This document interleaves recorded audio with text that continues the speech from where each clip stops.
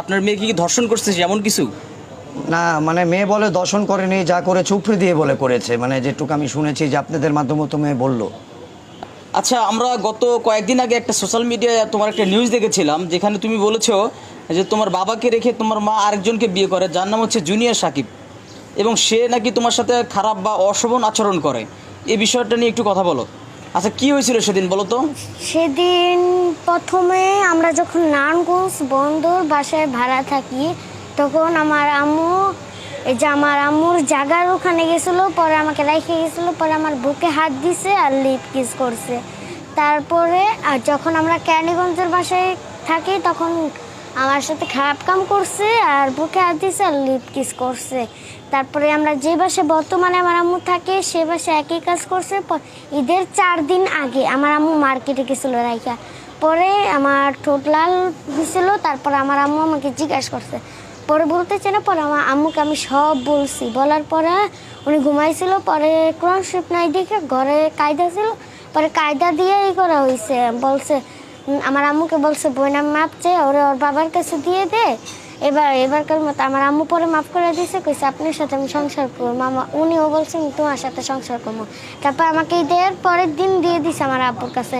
দিয়ে দেওয়ার পর এটা আমার বাড়িয়ালনি আন্টিকে বইলা দিছে আমার আম্মু, ওনার বন্ধু বান্ধব যা সবাই আসলো সবাইকে বলে দিছে। বলে দেওয়ার পর আমার আম্মু 2 লাখ টাকা আর একটা V22 একটা ফোন নিয়ে পালাই গেছে উনি। আমার আম্মু ওয়াশরুমে ছিল, তারপরে থেকে এক কাপড় চোপড়ের চিন্তা করে না, এক কাপড় চোপড়ে বাইরে হয়ে গেছে। পরে আমার আম্মু খুঁজা পানিকে পরে ঘরে খুঁজছে, পানি ভাবছে পলাই রয়েছে। পরের দিন দেখে কি উনি দেখে কি ওনাদের দেশে উনি টিকটক করছে। টিকটক করার পরে ওদিন আমার আম্মু আবার আমার ভাইরা বাসায় ছিল, আমার আম্মু একা চলে গেছে মাদারীপুরে। পরে আমার আম্মু গেছে, পরে ওনার চাচি অন্তরা গেছে। পরে প্রথমে জানলা ঢুকি দেওয়ার পরে দেখি কি মেয়েদের সাথে চ্যাটিং করতেছে। চ্যাটিং করে বলছে আমার টাকা আর আমার ফোন নিয়ে তুই আইসা পড়ছো, তার এখন মেয়েদের সাথে চ্যাটিং করতেছো এই কথা বলছে। পর দরজা খুলছে, দরজা খোলার পর আমার আম্মু জাবরাই ধরছে। জাবরাই ধরার পর আমার আম্মুকে ধাক্কা দিছে। পরে ওনার জুনিয়র সাকিবের চাচা বাচ্চু আমার আম্মুকে চুলে ধইরা ইচ্ছা মতো অনেকগুলা থাবড় দিছে। পরে ওনার চাচি অন্তরা হাত পাও সব বান্ধা, ওনার চাচি অন্তরা মারছে, ওনার মেজু ভাইও মারছে, নাম হলো রাকিবও মারছে, জুনিয়র সাকিবও মারছে। জুনিয়র সাকিবের মা আলিয়া বেগম উনি আমার আম্মুকে চুলে ধরে মারছে। তার বাবা প্রথম দিন মা এনে। আচ্ছা মাগো, আমি তোমাকে একটা কথা বলি, সেটা হচ্ছে জুনিয়র সাকিব তোমার সাথে যে কাজটা করেছেন এরা কি তোমার মা জানতেন? না, আমাকে ডর ভয় দেখাইতো, বইলো না তোমার আম্মু ই করবে, আর তোমার আম্মু অনেক ডর ভয় দেখাইতো। কে ভয় দেখাতো তোমাকে? জুনিয়র সাকিব তোমাকে ভয় দেখাতো যেন তোমার মাকে তুমি যেন না বলো। জি।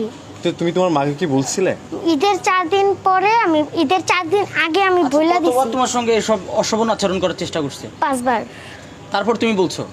হ্যাঁ, আমার আম্মু পরের ঈদে আমাকে রাইখা গেছিল ঈদের 4 দিন আগে। তারপর আমার আম্মু আইসা দেখছে আমার ঠোঁট লাল, তারপর আমি সব বইলা দিয়েছি। আমার আম্মু জিজ্ঞাসা করছে পরে। তোমার আম্মু যখন জানলো যে তোমার সাথে এরকম সে চেষ্টা করছে, হ্যাঁ, তখন তোমার আম্মু কিছু বললো না?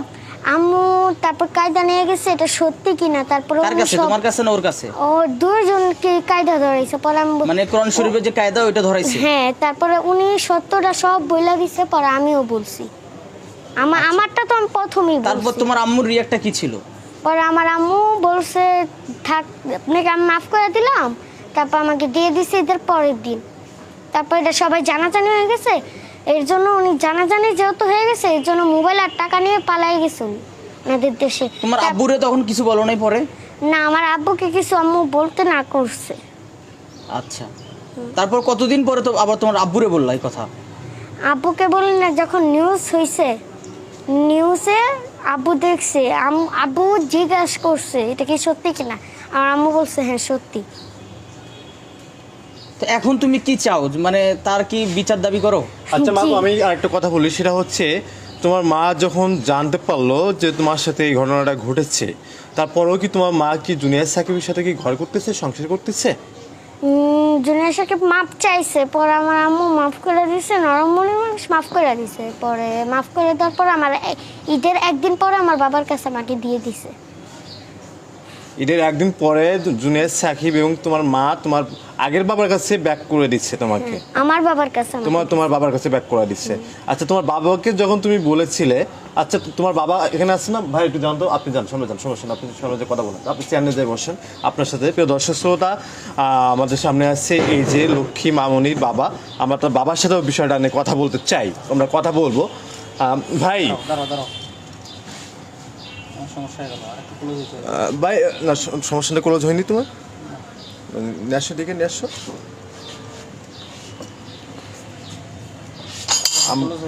দর্শক শ্রোতা একটু লাইনে থাকেন, আমরা একটু তার বাবার সাথে কথা বলবো। এই বিষয়টা অবশ্যই তার বাবার সাথে আমাদের কথা বলার দরকার আছে। ওকে ভাই, এই যে পাশে যে মেয়েটা রয়েছে, এই মেয়েটা কি হয় আপনার? আমার মেয়ে হয়। আপনার নিজের মেয়ে হয়? হ্যাঁ, আমার নিজের মেয়ে হয় ভাই। আর জুনিয়র সাকিব যে ছেলেটার নাম আমরা বলতেছি, ওই ছেলেটা মূলত কে, আপনি একটু বলবেন আমাদেরকে? ওই ছেলেটা মনে করেন আপনার আমার স্ত্রীর সাথে, বর্তমানে আমার স্ত্রীর হাজবেন্ড। বর্তমান আপনার স্ত্রীর হাজবেন্ড? জি। আচ্ছা, ওই যে জুনিয়র সাকিব যে কাজটা করেছে আপনার মেয়ের সাথে, এই বিষয়টা কি আপনি জানতেন? না, প্রথম অবস্থায় জানতাম না, আমি মিডিয়ার মাধ্যমে জানছি জিনিসটা। মিডিয়ার মাধ্যমে আপনি জানতেন? আগে জানতেন না? না, আগে জানতাম, পরে জানতেন। টোটালি জানতাম। আচ্ছা, এই বিষয়টা জানার পরে আপনি কি করছেন একটু বলবেন আমাদের? আচ্ছা, আমি ভাইয়া, আমি জিনিসটা জানতাম না। আমার মেয়েও যে আমার কাছে ঈদের পরের দিন যখন দিয়ে দিল, তখন খালি এর আগে বলছে, তোর মেয়ে কি তুই ভালো চাস, তোর মেয়ে যদি তুই ভালো চাস তাহলে তোর মেয়ে তোর কাছে রাখ। তখন সে ঘটনা খুলে বলেন না, খুলে তখন বলেন। এই জিনিসটা কি বলেছে? এটা আমার ওয়াইফ আমাকে বলেছে। আচ্ছা, হ্যাঁ। শিখা আমাকে বলেছে, তোর মেয়ের যদি ভালো চাস, তোর মেয়েকে যদি তুই বাঁচাতে চাস, তোর মেয়েকে তুই নিয়ে রাখ। তখন আপনার স্ত্রী আপনাকে এই কথাটা বলেছে? আপনার মেয়ে মানে? হ্যাঁ, আমার মেয়ে। তার মেয়ে না, আমার মেয়ে। আচ্ছা। তখন যখন আমার মেয়েকে একটা রাস্তায়, মানে আমার বোনের বাড়ির বাসার সামনে একটা রাস্তায় আমার মেয়েকে যখন রেখে গেল, তখন ফোন দিয়ে বলছে যে ওই জায়গায় দেখ, তোর মেয়ে দাঁড়ায় আছে। তখন যাই দেখি আমার মেয়ে একটা ঈদের ড্রেস নিয়ে সে দাঁড়ায় আছে, একটা ব্যাগ হাতে। তখনও আমার মেয়ে আমাকে বলেনি, যে সমস্ত ঘটনা খুলে বলেনি। যদি আমাকে সে খুলে বলতো, আমি কিন্তু মাদারীপুর যখন আমাকে যেতে বলেছে আমি যেতাম না। আমি মাদারীপুর যে নিজে নির্যাতন শিকার হতাম না। আমি আমার নিজের বাসায় থাকতাম, এবং কি করণীয় যায় সেটা আমি ভাবতাম, বা যে ওরকম আমি কোনো পদক্ষেপ আমি গ্রহণ করতাম। তো আমার বর্তমান যে অবস্থা, আমি ফাইন্যান্সিয়াল দিক দিয়ে খুবই সমস্যাগ্রস্ত, যার কারণে আমি কিচ্ছু করিনি। তো আমার বউ যে বাসায় ভাড়া থাকে, সেই বাড়িওয়ালার সহযোগিতায় সোনারগাঁ থানায় একটি সাধারণ ডায়েরি, হয়তোবা সাধারণ একটা ডায়েরি, সোনারগাঁ থানায় একটা সাধারণ ডায়েরি করছে আমার স্ত্রী। বড় কারণ হচ্ছে আমার বউর পরকীয়ার কারণে। আজকে আমার বউ যদি তাকে লাইনা দিত, তাকে সঙ্গে সঙ্গে আইনের আওতায় তুলে দিত, তাহলে কিন্তু এত কিছু হয় না। আজকে আমার বউর দুর্বলতার কারণে আজকে আমি আইনগত কোনো সহযোগিতা আমি পাইনি এই পর্যন্ত, বা মনে করেন আইনের আমি কোনো থানায় বা কোনো কিছুতে আমি যেতে পারিনি। আর আমার মেয়ে আমাকে বাবা হয়ে, তার বাবা সে আমাকে খুলেও বলে নেই। সে যদি তার আত্মমর্যাদার ক্ষেত্রে সে আমাকে কোনো কিছুই খুলে বলেনি। এটা হচ্ছে আমার মেয়ের ব্যর্থতা।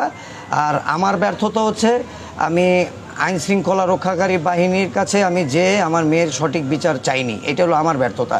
কিন্তু আমি একটা জিনিস বলবো, যে কাজটা করেছে, আপনাদের মাধ্যমে আমি দেশবাসীকে বলতে চাই যে এটার বিচার হওয়া উচিত।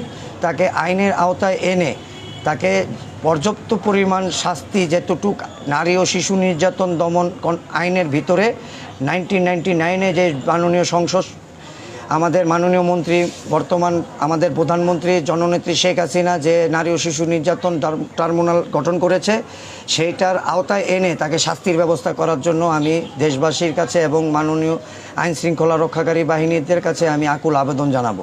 আচ্ছা, মানে সে বাহ্যিকভাবে যতটুকু তার সাথে হেনস্থা করা দরকার সেটাই করছে? হ্যাঁ, সেটাই করেছে সে। আচ্ছা, এখন বিষয় হচ্ছে এটার জন্য আপনি কি চাচ্ছেন? তারা একটা মানে শাস্তি দাবি করতেছে। হ্যাঁ, নারী ও শিশু নির্যাতন, এটার জন্য তো মামলা দায়ের করতে হয়, তাই না? মামলা দায়ের করতে হয়। এটা আমি মামলা দায়ের যদি আপনাদের সহযোগিতা পাই, তাহলে অবশ্যই আমি মানবাধিকার সংস্থা আছে, বিভিন্ন নারী সংগঠন আছে, তাদের মাধ্যমে মনে করেন আমি এটা আইন প্রয়োগ করে তাকে আইনের আওতায় এনে তাকে যেভাবে হোক শাস্তি দেওয়ার জন্য আমি আকুল আবেদন জানাবো আপনাদের মিডিয়ার মাধ্যমে এবং কি আইন শৃঙ্খলা রক্ষাকারী এবং বিভিন্ন নারী সংগঠনের মাধ্যমে।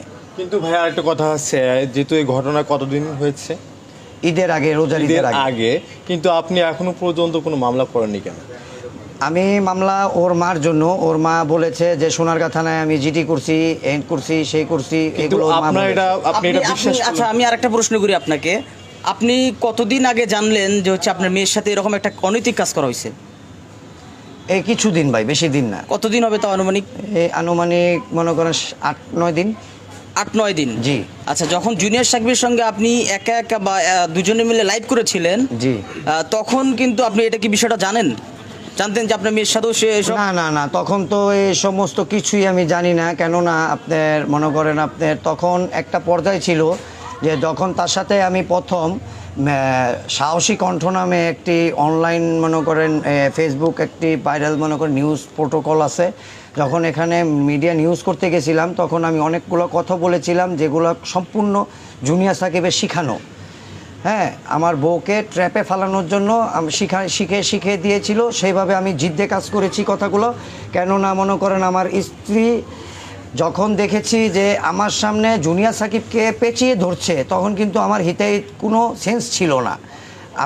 কারণ আমি 12 বছর সংসার করেছি, আমার 11 বছরটা মেয়ে, আমি কিন্তু এখনও তাকে অনেক ভালোবাসি। কিন্তু সবথেকে বড় দুঃখের জন্য কথা হচ্ছে এত বড় একটা অনৈতিক কাজ সে করেছে যা ক্ষমার যোগ্য না।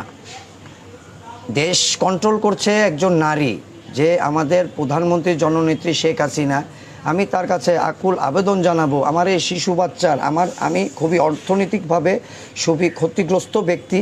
আমি আকুল আবেদন জানাবো আপনাদের মাধ্যমে নারী সংগঠনগুলো এবং কি মানবাধিকার সংস্থাগুলো যে আমার এই ব্যাপারটা একটু আপনারা সবাই দেখবেন এবং এটা নিয়ে আপনারা একটা ইনকোয়ারি করে যেটা সুস্থ, যেটা সঠিক, সেভাবে আপনারা একটা পদক্ষেপ গ্রহণ আপনি করবেন। কিন্তু একটা কথা বলেছিলেন যে গুলশানে ভালো জায়গায় আপনার ওয়াইফকে রেখেছিলেন, জি, বা আপনার টাকা পয়সাও ছিল, কিন্তু এখন হঠাৎ কি হয়ে গেল যে আপনার ফিনান্সিয়াল যে মানে প্রবলেম? আমি গুলশানের যে ব্যাপারটা বলেছিলাম সেটা হচ্ছে আমার বাড়ি মাওয়া।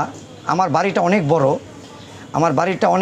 আমাদের বাড়িতে দেখা যায় মনে করেন আমাদের এক বাড়ি থেকে আমাদের পাশের বাড়িতে দূরত্বটা অনেক, মানে আমরা কিন্তু খুবই খোলামেলা বাড়িটা, তো ওইটাকে আমরা গুলশান বলেছিলাম।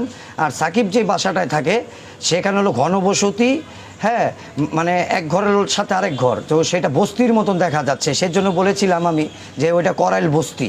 তো এইটাই কম্পেয়ারটা করেছিলাম যে তুমি আমার বাড়ি গুলশান রেখে তুমি কিভাবে করাইল বস্তির ভিতরে গেলা, আমি সেটা বুঝিয়েছিলাম ভাইয়া। আচ্ছা, বিষয়টা এরকম ছিল? হ্যাঁ, বিষয়টা এরকম ছিল। আচ্ছা, এখন আপনি কি চাচ্ছেন? আপনার মেয়ের সাথে যেহেতু এরকম একটা অনৈতিক কাজ করেছে এবং সে কিন্তু একটা সাক্ষাৎকারে বলেছে যে আমার ডিএনএ টেস্ট করানো হোক, তার এরকম একটা কথা বলেছিল। আচ্ছা, সে ডিএনএ টেস্ট করে, মানে একটা হলো ইন্টারনাল, একটা হলো আউটারনাল। এখন আপনি আউটারনাল কাজ করেছেন, সেটা তো ডিএনএ টেস্ট করালে হবে না। আপনি যদি ইন্টারনাল করতেন তাহলে অবশ্যই আমি ডিএনএ টেস্ট করাতাম। তার মানে আপনি বলতে চাচ্ছেন যে জুনিয়র সাকিব বলেছে আপনার মেয়ের জন্য যে ডিএনএ টেস্ট করানোর জন্য, আপনি যেটা বললেন যে হচ্ছে সে মানে ইন্টারনাল এবং হচ্ছে যেটা বললেন আউটারনাল। আচ্ছা, এই আউটারনাল করেছে সে, হ্যাঁ, এজন্য ডিএনএ টেস্ট করলে ধরা পড়বে না? না না, ধরা পড়বে না। আচ্ছা, এখন যেহেতু সে এই কাজটা করে ফেলছে, এখন আপনার বর্তমান প্রিপারেশন কি করতে চাচ্ছেন? প্রিপারেশন হচ্ছে আমি তাকে মনে করেন আপনার মাধ্যমে, বিভিন্ন নারী সংগঠনের মাধ্যমে এবং কি মাননীয় প্রধানমন্ত্রী, স্বরাষ্ট্রমন্ত্রী আসাদুজ্জামান খান এবং পুলিশ ঊর্ধ্বতন কর্মকর্তাদের সহযোগিতায় তাকে আইনের আওতায় এনে সে যেন এরকম কোনো কাজ আর জীবনে না করতে পারে, তার বিচার ব্যবস্থা করা আমার আপনাদের কাছে এটাই আমি কাম্য করি যে তার বিচারের আওতায় আনা হোক। আচ্ছা, আশা করব ভবিষ্যতে যেন এই ধরনের কাজ কেউ না করে, সেই বিষয়ে সচেতন হোক সকলেই। সবার প্রতি অনুরোধ রাখছি, আপনারা বলেও এই কাজগুলো কখনো করবেন না। যদি স্বামীর সাথে বনাবটি না হয় তাহলে আপনারা বিচ্ছেদ নিতে পারেন, সেটা ইসলামী শরিয়া অনুযায়ী বৈধতা রয়েছে। আর সেই ক্ষেত্রে বলা যায় যে এই বিষয়টা আইনত দণ্ডনীয় অপরাধ, যেহেতু এটি একটি অপরাধমূলক কাজ আর একটি মানুষের গোপনাঙ্গ, এটি ইম্পর্টেন্ট একটি পার্টস, হ্যাঁ, সেটি হরণ করা বা কেটে নেওয়া এটা আসলে কারোর পক্ষে রাইটস নেই। তো সেই ক্ষেত্রে আমি মনে করি যে এই কাজটি আসলে অন্যায় হয়েছে। তারপরেও আমরা শুনবো জুনিয়র সাকিবের কাছ থেকে বিষয়টা কি হয়েছিল, কিভাবে কী হয়েছিল, আসলে আমরা নিজেরাই তার মুখ থেকে শুনি বিস্তারিত, তাহলে আমরা সহজে হয়তো বুঝতে পারবো আরও অনেক কিছুই। ধন্যবাদ সবাইকে।